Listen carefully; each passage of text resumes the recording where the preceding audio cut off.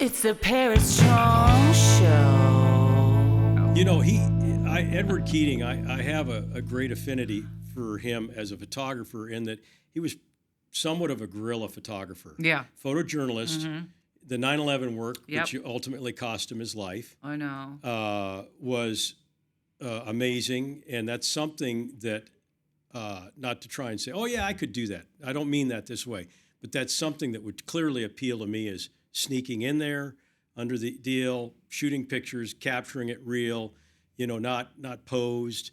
I hate posed photos. Yeah, I always joke about that when I see posed photos and I go, another candid photograph. Yeah. You know what I mean? No, but then saying that, I guess I did pose no, for some photos. you know what? There's a rawness. There's a rawness when you catch people in the middle of emotions. When you Bruce Gilden them. Yes. Yeah, no, that's really raw. I don't think it gets more raw. Yeah, I don't. If there's one person I wouldn't want my picture taken by, it would be Bruce Gilden. Me okay? neither. Yeah, Me neither. Yeah. I'd be like, I'm busy that day and the rest of the year. I love his work. Yeah. I get it. I get it all. But boy, I'm telling you, he'd make me look the worst possible. I know it's way. kind of funny. It's like I guess that's his jam, to make people look as bad as they possibly can. He's hilarious, though. I love him. A Bruce Gilden picture of you on the cover of a national magazine. I don't know that you'd ever recover from that. I mean, seriously, it'd be like, I saw you on the cover. Yeah, and you go, it wasn't me. No, it wasn't me. Not me. It wasn't me. Not me. That was not me. Yeah, no, it's bad. Yeah, that was Photoshop, by the way. He put a distortion lens on that thing. I don't know how he does it. It's really, really bad. But you know what? Look, that's what makes the world go round. Again, it goes back to Bruce Gilden found his voice, and he's got that look. That's a Bruce Gilden photo. You know it. A block away, if you had a big billboard and we're looking out the window here, you'd go, yeah, Bruce shot Gilden, that. yeah. Yeah, I mean, and that's really what you want. You don't want to be generic. No. But back to Edward Keating, his work on Route 60. Look, I've shot a lot of stuff on Route 66, and I'm not going to, by no means would I want it to be, well, there's Edward Keating's work on Route 66, and there's Ed Justice Jr.'s work on Route 66. Not at all. No. Mine will be automotive influenced, et cetera, et cetera. We want with your abstracts, I hope, because I really am loving your abstracts. Variety, and that's fine with me. That's primarily. I have some color, but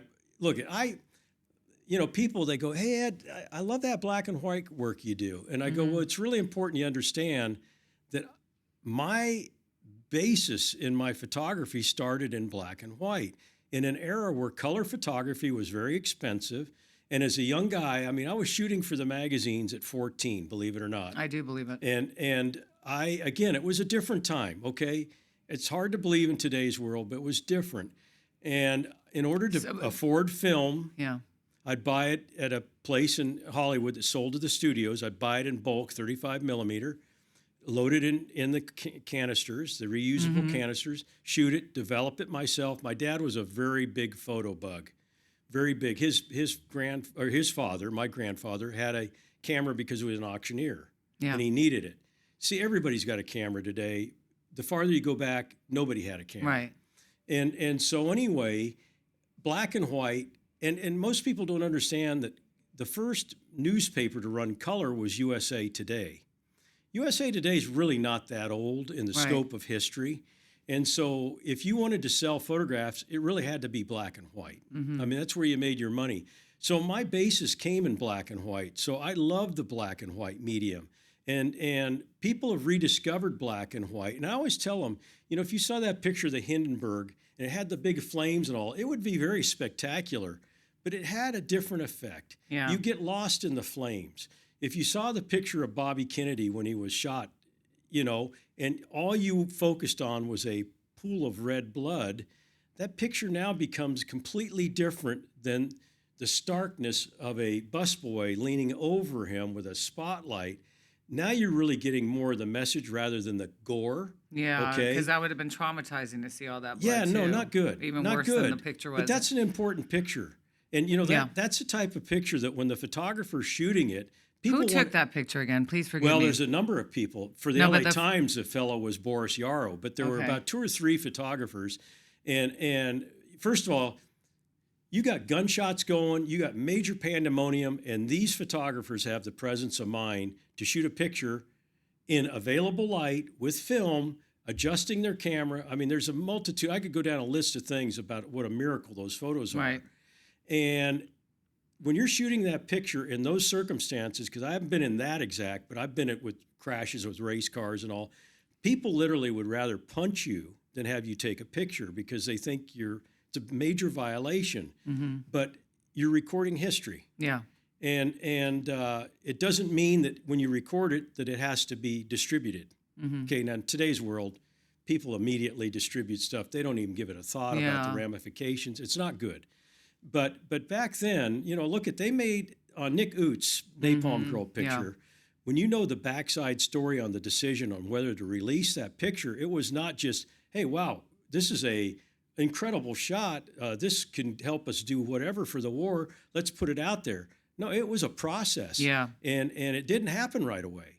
So there was a lot more responsibility about, is this really okay to release a picture of a young girl, no clothes, burnt, running down the highway? Yeah. But it helped change the war. I mean, it helped change people's attitudes. I show that picture to people all the time, and everybody knows that photograph. It's amazing, isn't it?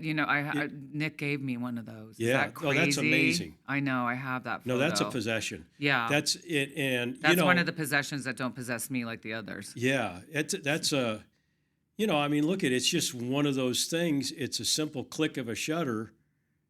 It changed a lot. That's it. Yeah. And so when you're behind a camera, you do have this amazing power to create good or bad. Mm-hmm.